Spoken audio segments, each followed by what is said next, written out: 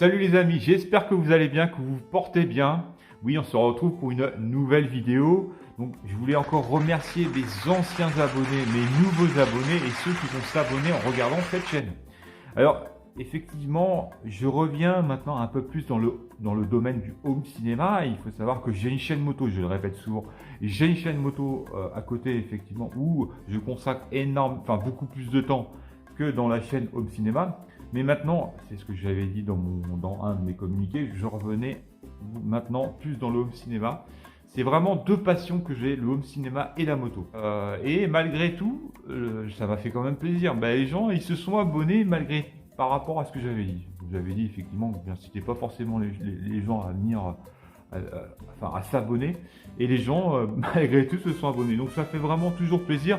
Et ça m'incite effectivement à continuer dans ce domaine-là, dans le cinéma, que je reprends avec grand plaisir. Et c'est pour ça que j'ai envie de refaire des vidéos dans ce domaine-là. Voilà, donc encore un grand merci. Et puis je suis sûr que dans mes abonnés, il y a sûrement des motards. Donc si vous êtes motard et que vous avez la même passion que moi pour la moto et le home cinéma, n'hésitez pas à aller voir ma chaîne.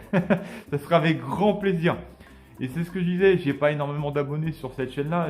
Dans ma chaîne moto, j'en ai beaucoup plus. J'ai plus de 1000, je ne sais plus combien, 1200, bref. Alors j'ai beaucoup plus d'abonnés, mais je m'éclate dans les deux domaines. Hein. J'aime bien ces deux passions. Et il faut savoir que j'avais sur cette chaîne-là ou dans ma chaîne moto, j'ai commencé à zéro dans la moto. Effectivement, j'avais peut-être 2-3 pouces. Mais j'étais aussi content quand j'ai une vidéo, j'en ai 900, 1000 bientôt. Bon, effectivement, je suis aussi content effectivement que quand j'en avais 4. Hein. Donc c'est vrai que voilà, c'est pour vous dire que continuez effectivement à me suivre, à vous abonner bien sûr. Ça me fera vraiment plaisir. Et vos petits pouces, vraiment, ça fait énormément plaisir. Donc, on va arrêter là et on va parler effectivement du contenu de cette vidéo. Le sommaire, ça va être effectivement le nettoyage du Zapiti Audiocom. Alors j'ai effectivement un appareil qui est pas mal et ça peut peut-être vous aider et que vous connaissez peut-être pas ou il y en a qui connaissent. Alors ça peut effectivement aider certaines personnes. Alors moi j'ai nettoyé mon Zapiti Audiocom. Alors pourquoi j'ai nettoyé? Parce qu'effectivement, on avait parlé dans mon dernier communiqué qu'effectivement il ramait. Je vous avais d'ailleurs mis une petite vidéo, je vous avais montré effectivement le temps de démarrage du Zapiti Audiocom. Il faut savoir que depuis un certain temps, Zapiti, j'avais quand même pas mal de soucis avec. Il y avait des bandes annonces, il y avait beaucoup de problèmes. Mais on va revenir dans la deuxième partie. Donc première chose, j'ai nettoyé mon Zapiti Audiocom.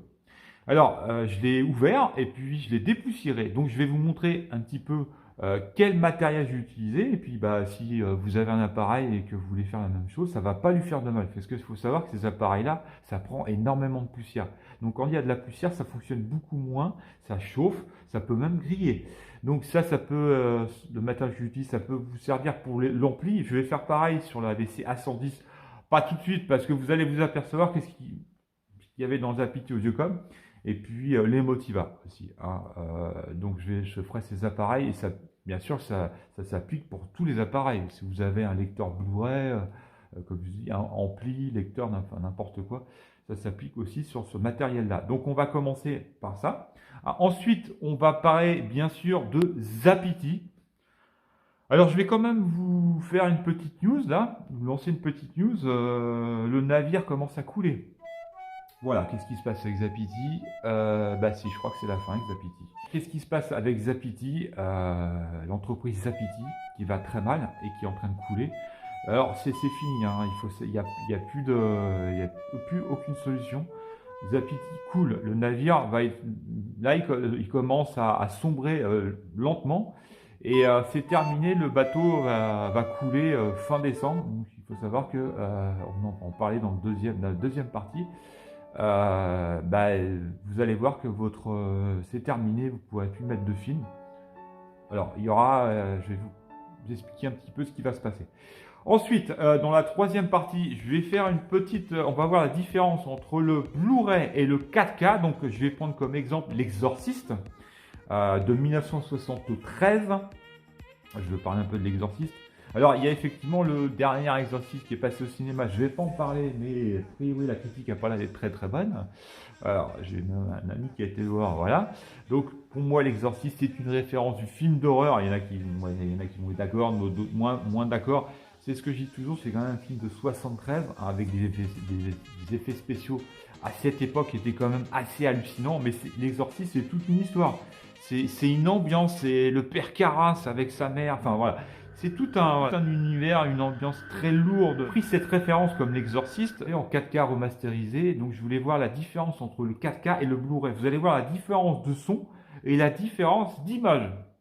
La colorimétrie n'est pas du tout la même. Vous allez voir effectivement dans la comparaison que j'ai fait deux vidéos, Blu-ray et 4K. Et j'ai pris effectivement un son en Dolby Atmos. Et puis un son Blu-ray classique, DTS. On va commencer cette vidéo effectivement par le nettoyage du Zapiti Audiocom. Alors j'ai pris l'exemple du Zapiti Audiocom parce que moi j'utilise ça. Après si vous avez un lecteur Blu-ray, ce que je dis, un ampli, voilà, tout le matériel que vous utilisez pour le home cinéma, et ben ça peut être très bien pour enlever toute la poussière. Donc c'est parti, on y va. Donc voilà le Zapiti Audiocom, donc je vais le sortir de son logement, je vais le décabler et puis on va le nettoyer. Donc pour ceux qui veulent le démonter, il y a une vis là et une vis là. Vous prenez une petite clé Allen comme ça, vous enlevez les deux vis et vous tirez la plaque vers le haut et puis c'est bon, il est ouvert. C'est aussi simple que ça.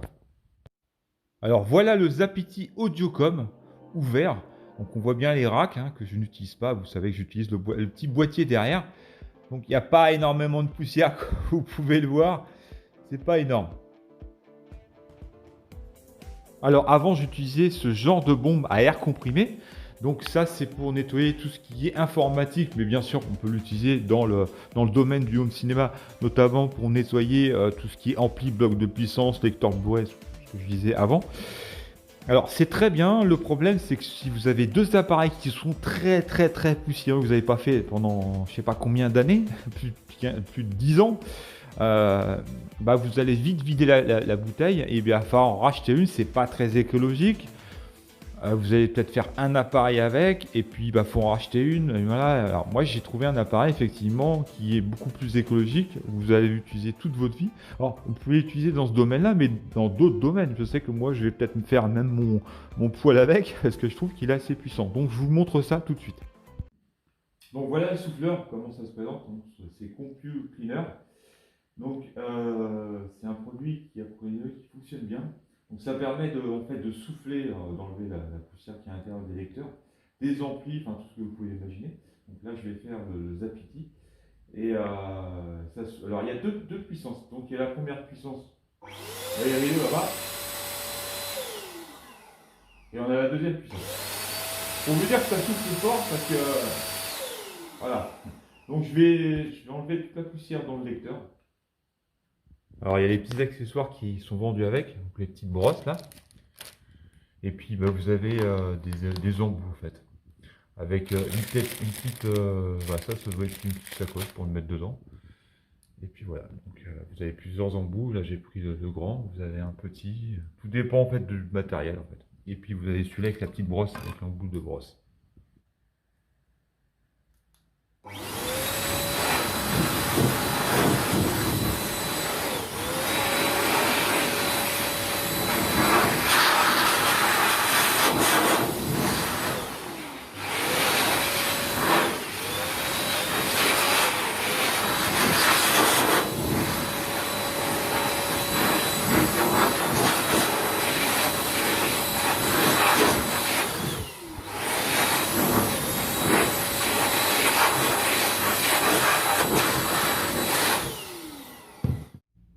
Ah bah depuis que je l'ai dépoussiéré, c'est jour et la nuit, franchement. Il fonctionne super bien. Non, je plaisante. Non, il fonctionnait très bien avant. Alors, vous avez vu, il n'y avait pas du tout de poussière, pratiquement pas. Bon voilà, c'est pour vous donner un petit exemple. Si vous cherchez un appareil qui est pas mal, et que vous voulez garder à vie, et que vous n'avez pas à racheter des bombes tous les 4 matins, voilà, vous le gardez à vie, et ça peut vous pouvez l'utiliser sur tous les appareils. Alors, on va revenir sur le Zapiti. Alors, dans ma dernière vidéo, effectivement, je disais que j'étais très mécontent du Zapiti parce que j'avais beaucoup de bugs et j'avais d'ailleurs fait une petite miniature avec un marteau pour dire j'allais l'exploser parce que j'en avais marre, parce que le démarrage est très long, parce qu'il y avait un problème de bandane. Les bandes annonces, des fois il y en avait, des fois il n'y en avait pas. Effectivement, il y avait pas mal de bugs. Des fois au démarrage, il buguait beaucoup. Et j'en passe, c'est des meilleurs. Et aussi la télécommande. Alors ça n'a rien à voir avec l'interface, mais je trouve que la télécommande n'est pas assez rapide. Elle n'est pas assez fluide. C'est-à-dire que dès que vous appuyez pour lancer quelque chose, il faut rappuyer des fois une deuxième fois. Alors des fois, je mettais ça sur les piles. Je dis tiens, c'est peut-être les piles qui sont usées. Non, non, c'est qu'effectivement, il a du mal à...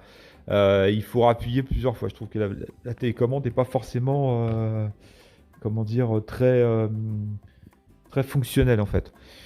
Voilà, et en fait, tout ça, enfin, sauf la télécommande, on va dire les problèmes de bugs et tout ça, c'est pas dû effectivement au lecteur en lui-même. Le fait de le dépoussiérer, ça va pas changer le problème. Ça, c'est bien parce qu'effectivement, ça ne va pas lui faire de mal. Effectivement, ça va éviter des problèmes qu'il pourrait avoir ultérieurement. Quand de toute façon vous avez des poussières qui commencent à rentrer dans n'importe quel appareil, c'est pas forcément bon. Donc ça, je vous conseille de le faire. Mais pour le cas du Zapiti Audiocom, c'est ce que je disais, la news que je vais vous lancer, parce que moi, j'étais pas forcément au courant. J'en ai pris la mesure en me renseignant un peu plus. Effectivement, le navire Zapiti créé en 2009, ce que je disais, commence à prendre l'eau. Mais c'est pas qu'il commence à prendre l'eau, c'est qu'il commence à sombrer doucement. Mais c'est irréversible, le navire va couler fin décembre. Alors c'est vrai que je mettais beaucoup la faute à Zapiti, la marque Zapiti, et j'en ai pris acte il n'y a pas très longtemps. Je me suis vraiment beaucoup renseigné sur ce problème. Et en fait, oui, c'est là que j'ai su qu'effectivement Zapiti était dans la tourmente. On m'avait laissé un petit commentaire en me disant oui, Zapiti est dans la tourmente.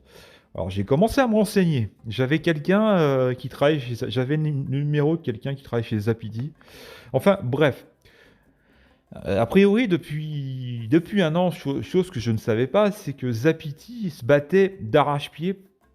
En fait, ils voulaient préserver leur bébé hein, depuis un an. Et ils travaillaient d'arrache-pied, comme ils disaient, en n'étant pas payés pour satisfaire leurs clients. Donc déjà, je peux pas leur en vouloir parce que bah, ils ont tout fait. Ils ont fait vraiment tout ce qui est en leur pouvoir pour sauver leur bébé. Chose qui n'a pas fonctionné a priori. Alors pourquoi le navire a sombré? Bah, il sombre depuis un an en fait. Zapiti était au prix à des problèmes juridiques, on va dire persistants. Alors c'est probablement dû au manque de flexibilité de la loi sur les droits d'auteur. Alors telle qu'elle s'applique à la réalisation de copies de films Blu-ray. En fait, la justice a refusé de les entendre et a contraint en fait l'entreprise Zapiti à fermer. L'industrie du cinéma, c'est très complexe et c'est le pot de terre contre le pot de fer. Voilà, il faut savoir que comme Uptobox qui a fermé, Zapiti au même titre, la dématérialisation, c'est très mal vu effectivement. Donc ils se sont battus. Zapiti s'est battu effectivement pour sauver le bébé. Malheureusement, la loi était contre eux. Et ça les a contraints, ils ont été contraints de fermer. Donc là, c'est juste une question de temps. Alors, qu'est-ce qui va se passer pour les possesseurs du Zapiti, tous les lecteurs Zapiti? Tout simplement, vous aurez une image figée. C'est-à-dire qu'il n'y aura plus de mise à jour, il n'y aura plus de bande-annonce. Je ne sais même pas si d'ailleurs les bandes-annonces fonctionnent encore. Pour transférer les films, quand vous allez transférer un film, tout simplement, il sera pas, comment dire, il sera pas reconnu par Zapiti, tout simplement. Voilà, et tout ce que vous avez accès, vous n'aurez plus accès, tout simplement.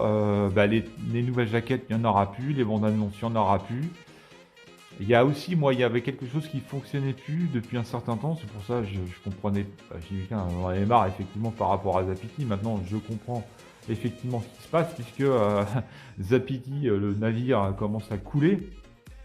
Enfin, il va couler fin décembre. Et j'avais le problème que quand je mettais en fait le film, je vais vous montrer. Par exemple, je mets un film là. Qu'est-ce que je pourrais mettre? Vous allez comprendre. Je vais vous le faire en direct. Par exemple, je mets expandable. Alors, il met un petit peu de temps. Alors, quand il démarre le film, avant, chose qui n'y avait aucun souci, ça fonctionnait très bien. Voilà. Là, par exemple, voilà, je suis à ce niveau-là. Je vais l'avancer un petit peu. Je suis à ce niveau-là. J'arrête le film.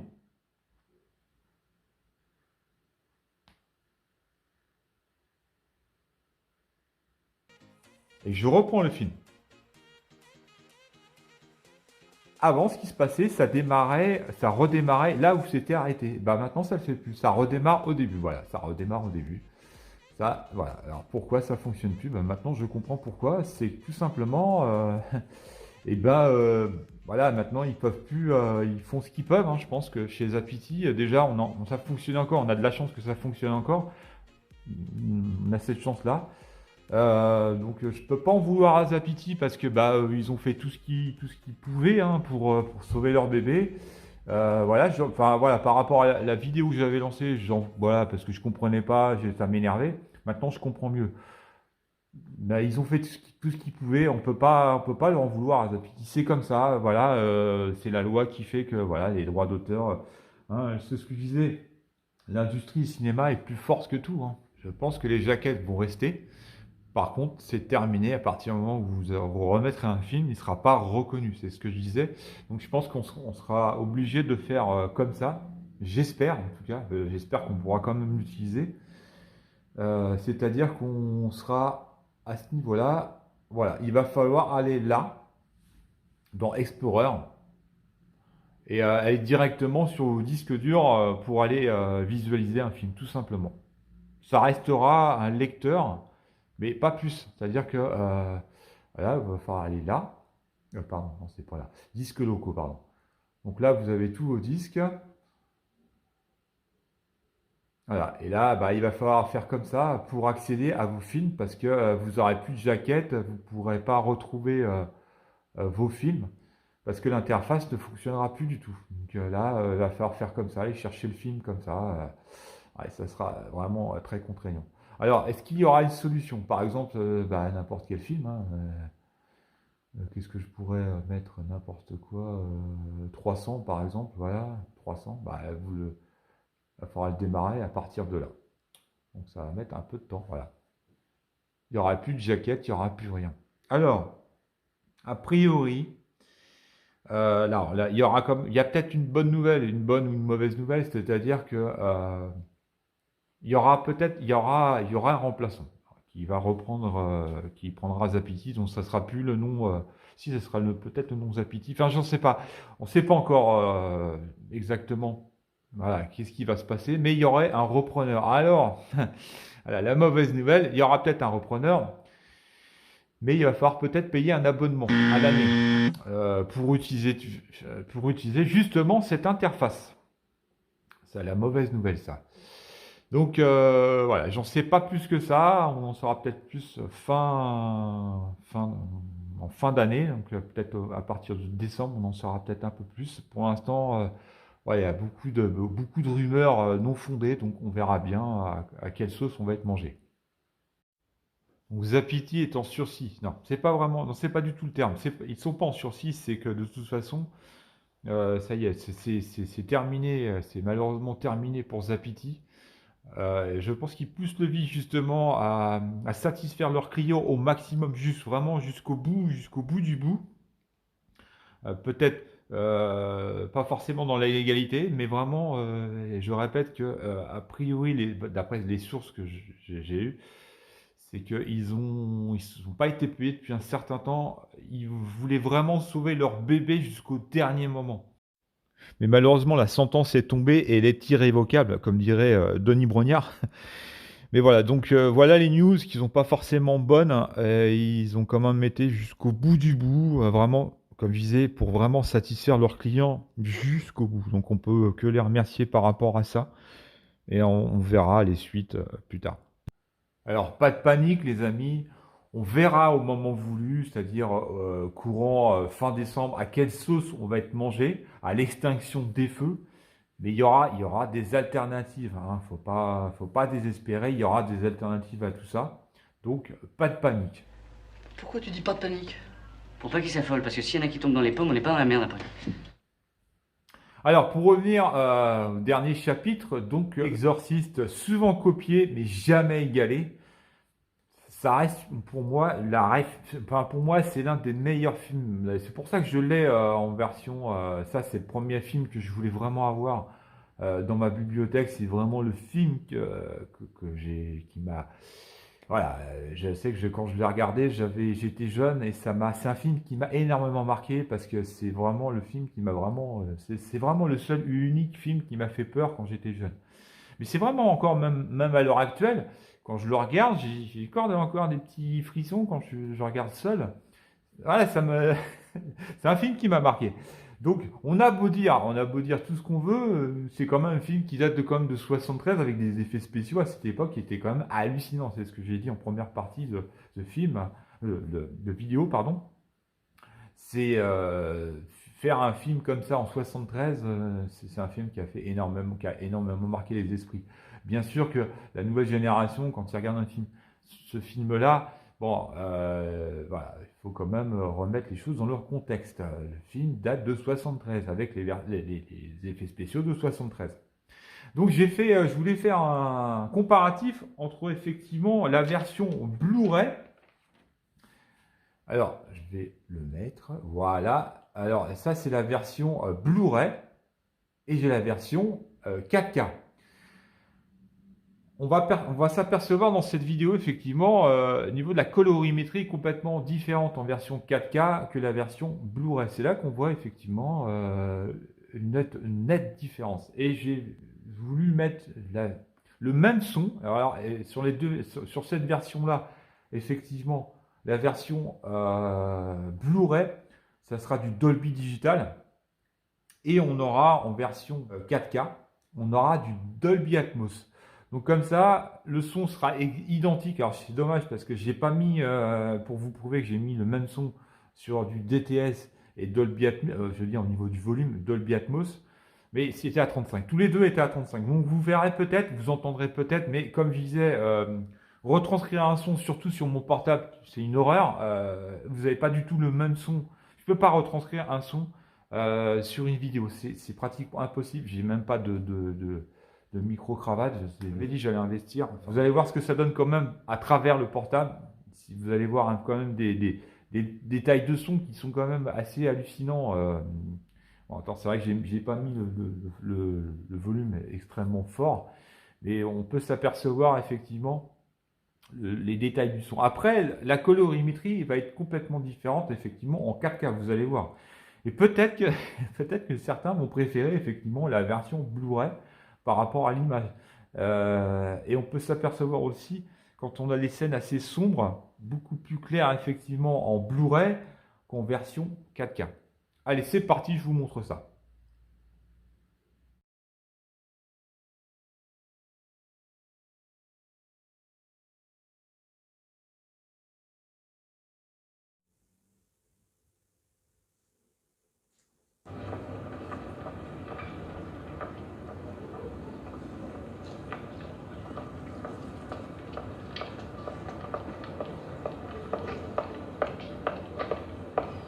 I'll walk home tonight, Mike. Okay. You take that drop by my house, yeah? Night, Pop.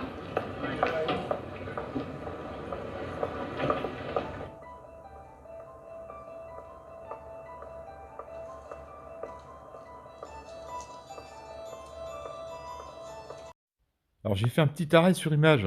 Donc on peut s'apercevoir que sur la version Blu-ray, les couleurs sont beaucoup plus fades, beaucoup moins foncées. La colorimétrie est différente du 4K en Blu-ray. Donc après, les goûts et les couleurs.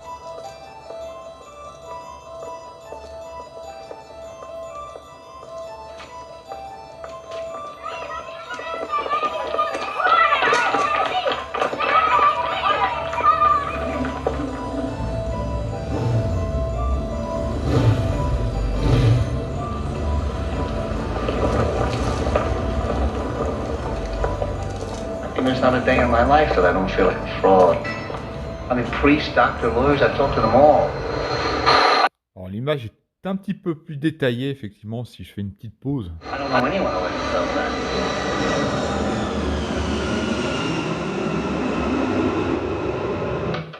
Hello?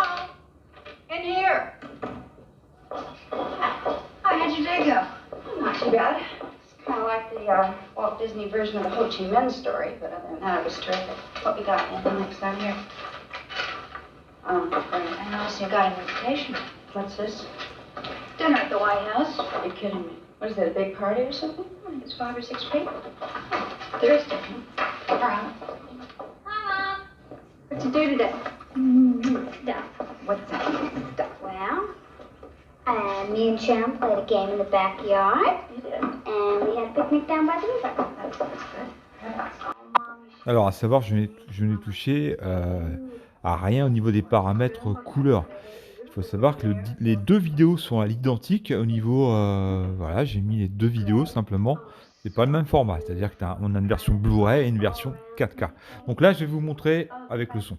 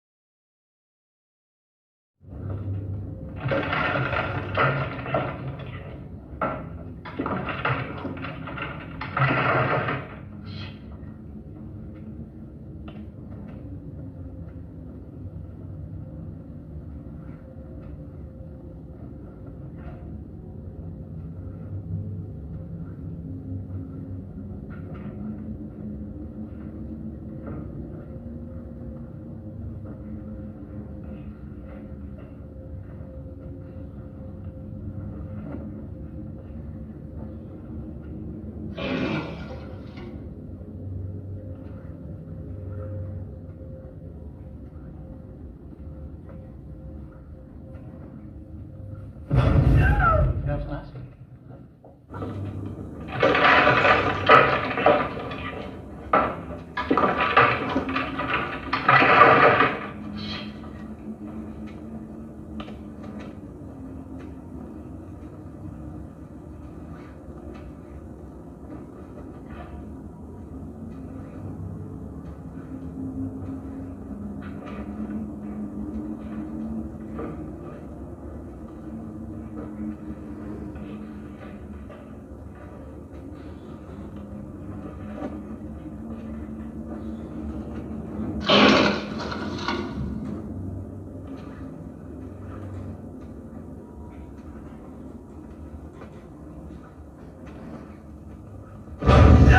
That's nice. Alors, voilà, je vous ai montré la version 4K et la version Blu-ray. Après, les goûts et les couleurs, c'est vrai que la version 4K, les couleurs sont très vives, hein. C'est presque, ça manque un petit peu de naturel. Après, par contre, l'image, je trouve qu'elle est beaucoup plus détaillée. Pour la partie son, effectivement, là, c'est autre chose. On rentre dans un domaine différent. C'est sûr que la version Atmos, même si je vous le répète, je ne peux pas la retranscrire sur mon portable. Elle est beaucoup plus détaillée. Franchement, quand moi je suis sur mon canapé, je regarde ce film, c'est impressionnant, surtout sur les scènes comme ça. Quand il se passe rien, les détails, les bruits, les machins, ça c'est impressionnant, surtout sur la scène arrière. C'est vrai que ça, on a les poils qui s'hérissent. Alors la prochaine fois, j'essaierai de faire une vidéo un peu plus courte. Parce que c'est vrai que celle-là est un peu trop long et je pense que on peut se lasser au bout d'un certain temps.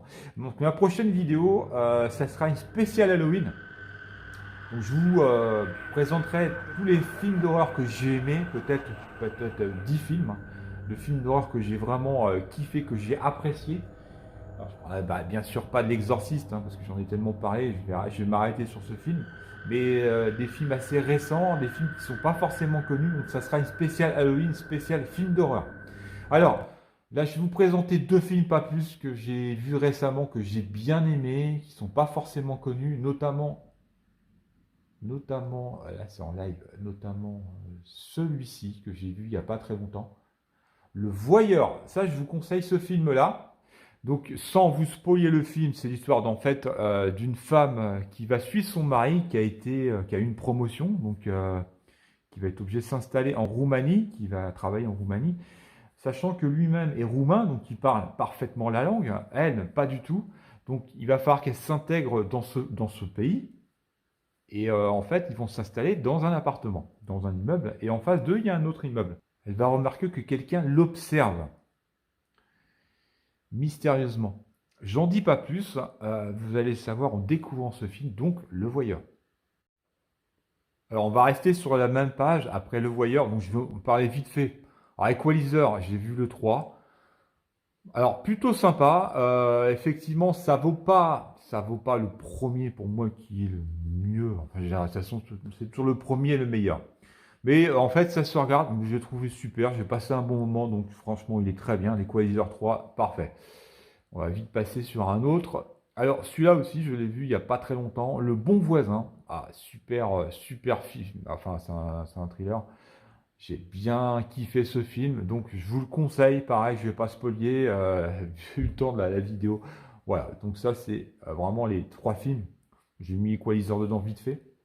Donc, Le Bon Voisin, si vous avez un à regarder un soir, je vous le conseille. Très bon film. Ensuite, on va rester là parce que la vidéo est déjà trop longue. Alors, c'est ça les amis, j'ai commencé à regarder les débuts. Ça n'a pas l'air trop mal, donc je vous dirai mon ressenti sur ce film, si j'ai bien aimé ou pas. Corvieux, s'il était en train de me mentir, il était peut-être temps de lui présenter la garce qui était en moi. Et je peux vous dire que c'était une putain de sale garce. Appelez ça de l'intuition féminine, je sais pas, appelez ça comme vous voulez. Tout ce que je sais, c'est qu'une force m'a persuadé d'aller chez lui. Alors j'ai roulé jusqu'à chez lui, et cette même force m'a persuadé de me garer de l'autre côté de la rue, en face de chez lui, pour ne pas être trop proche. Je suis restée devant chez lui pendant 1 heure. Et j'ai commencé à me sentir idiote. J'ai essayé de virer cette petite voix qui parlait à l'intérieur de ma tête. Mais j'ai pas pu, puisque cette petite voix, c'était la mienne. J'ai commencé à me dire, c'est complètement débile. T'es désespérée, ma pauvre fille. J'étais là, plantée devant la maison d'un mec, enfin, devant sa caravane, à essayer de savoir s'il me mentait. Et je vais enchaîner avec celui-là, Paradise. Donc, je pense qu'il est pas mal celui-là aussi.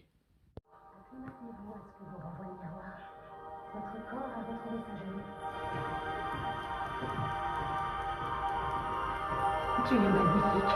Je t'avoue que l'idée de me déshabiller pour toi me met mal à l'aise. Pourtant, je suis toujours la même. Bonjour. Asseyez-vous. Je vous en prie. Professeur, votre rajeunissement a réussi, est-ce que je vois? Nous avons fait reculer l'horloge. Mais nous ne savons pas encore l'empêcher de s'arrêter. Ouais les amis, ça c'est les 2 films que je vais regarder ce soir, sans spoiler.